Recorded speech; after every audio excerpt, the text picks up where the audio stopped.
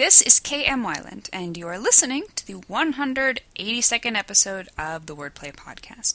Last week, I finished up the first chapter of the annotated Jane Eyre and sent it off to my editor, Rachel Randall at F&W Media. She gave me the green light on what I was doing, which is always a relief, since the interim between sending an editor an email and receiving the reply always provides plenty of time to chew my fingernails and dream up all sorts of things that are wrong with the submitted work. But she likes the direction I'm taking the book as much as I do, so we're good to go. Now I get to buckle down and start pounding out the rest of the first draft. I'm also plugging along with my rewrite of my historical novel, The Deepest Breath, just past the 3/4 mark, and now it's full steam ahead to the climax. I feel like the book is dramatically better this time around, which is always a nice way to feel when finishing up a major edit. Pretty soon, I'll have to send another of those nail-biter emails and see what my beta readers think. Use this subplot to bring depth to your story.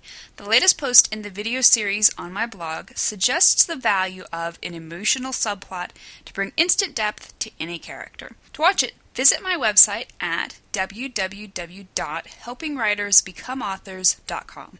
New videos are posted every Wednesday. And now, I hope you enjoyed this week's podcast, the 6th in the series, Structuring Your Story's Scenes. This installment is titled, Variations on the Scene.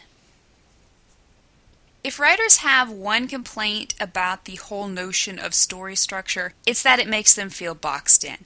But the great thing about structure is that it provides a solid framework for your story while still presenting endless possibilities.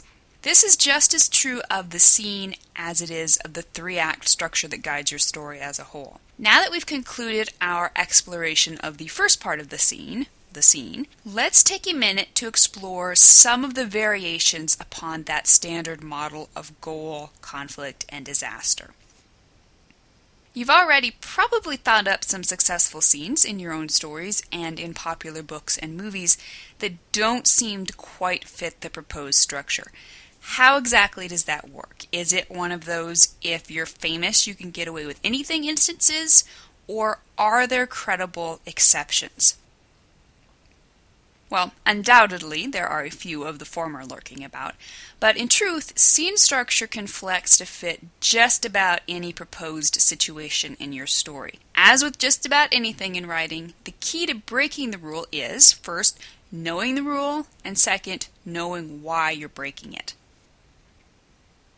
Variations on the scene goal might include 1. The goal belongs to a character other than the narrator. Most of the time, we want our scene's POV character to be the one with the most at stake, but there will be occasions when he's just an observer. He will always have a scene goal, but his goal may not always be the one that drives the conflict and disaster. For example, he may want nothing more than to make a PB&J sandwich, while his sister wants to get the attention of the cute TV repairman working in the living room. Your hero may be just an observer to the greater stakes of love and war. However, his observation and probable input must either immediately or eventually relate back to his story. If you can tie in the other person's goal in conflict with the narrator's, so much the better. For example, perhaps his sister's flirting interferes with his lunch. 2. The goal is discovered after the scene begins.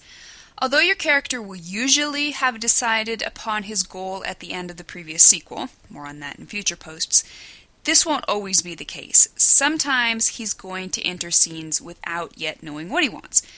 Don't ever let a character wander aimlessly for too long, but if you need to introduce certain events to set up his goal, don't be afraid to give a scene a little time to develop its objective. 3. The goal is implied instead of directly stated. Stating your character's goals at the beginning of a scene grounds readers and helps them focus on the point of the scene. But subtlety is never to be overrated. Sometimes your character's goal is just gonna be plain obvious, both from the context, for example, he runs into a bank with a hood over his head and a gun in his hand, and or from the decision at the end of the previous sequel. If you feel your character's scene goal is obvious, you may be able to get away without ever referring to it outright. Variations on scene conflict might include 1. The scene opens with the conflict instead of the goal. Beginning a scene in medias res is a great way to hook readers into the action. Instead of dawdling about with setup, we're often better cutting to the chase.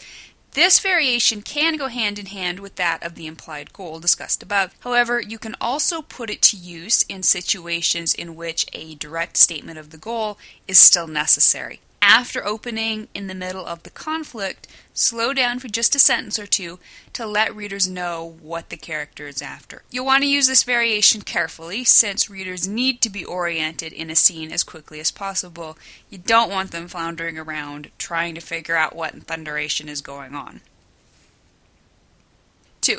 The conflict is understated. Conflict doesn't have to mean guns blazing or even tempers flaring. Sometimes you're going to want your scene's conflict to remain understated. Ernest Hemingway's classic short story, Hills Like White Elephants, offers an apropos example in which the character's small talk hides a deeper conflict brewing under the surface. Variations on scene disasters might include 1. The scene ends before the disaster. Sometimes you will need your disaster to occur off-screen or merely through implication. This might be either because you don't want to show the disaster in detail, the old cut and fade used in the movies to avoid unsavory details, or because the disaster will need to take place in a different time and place, effectively distancing it from the current scene. You can get away with this, no problemo, so long as you close with the threat of disaster. Readers will fill in the blanks and get the same bang for their buck as they would if you included the disaster full on. Variations to the scene as a whole might include 1. The entire scene is skipped, implied, or summarized. One of the easiest ways to control pacing is to manipulate the length of scenes and sequels. Emphasis on scenes speeds things up, emphasis on sequels slows things down. Although scene and sequel are both integral halves of the scene, we can sometimes perform a sleight of hand with either of them. In the case of the scene, you may sometimes feel your story will be better off for downplaying certain events. The scene may take place entirely off-screen, or it may be summarized briefly at the beginning of your sequel. This is an important technique, but always one to be used with caution. Your scene is your story. Avoid too many, and your story will teeter. 2. The scene is interrupted by a new scene. Sometimes the introduction of new information or events will stop the current goal/scene before it plays out and, in its place, begin a new scene dynamic. Your character may begin a scene with a specific goal, only to be interrupted by a new catalyst that causes him to abruptly change goals. Maybe he wants to apologize to his wife with a huge bouquet of roses, but when alien lasers take out the flower stand, his priorities are going to change in an instant. When possible, you'll eventually want to return to the original goal just to tie off loose ends, but this might not happen until the end of the story. 3. A POV switch interrupts the scene. If you're using more than one POV narrator, you may sometimes find it necessary to switch horses midstream. Because a POV switch is indicated on the page in the same way as a normal scene break, we tend to think a new POV always means a new scene, but this isn't necessarily so. For example, in one scene in my historical novel Behold the Dawn, I switched POVs smack in the middle of a dialogue exchange. The setting hadn't changed, the character's individual goals hadn't changed, and only a few seconds separated the break. The switch was made in order to get inside the second character's head, since she was now the character with more at stake. But both POV halves are part of the same scene, which means they must still adhere to the proper three-part structure. The only difference is that the structure is now divided between two characters' perspectives with emphasis on both their goals. Don't be afraid to play around with scene structure, but always do so with purposeful intent. If you're going to stray from the stability of the standard arc, you need to know why you're doing it, and be convinced the aberration is creating a better story. Thank you for listening to the Wordplay Podcast. To read a transcript of this episode, you can visit my website at helpingwritersbecomeauthors.com. And be sure to check back again next week.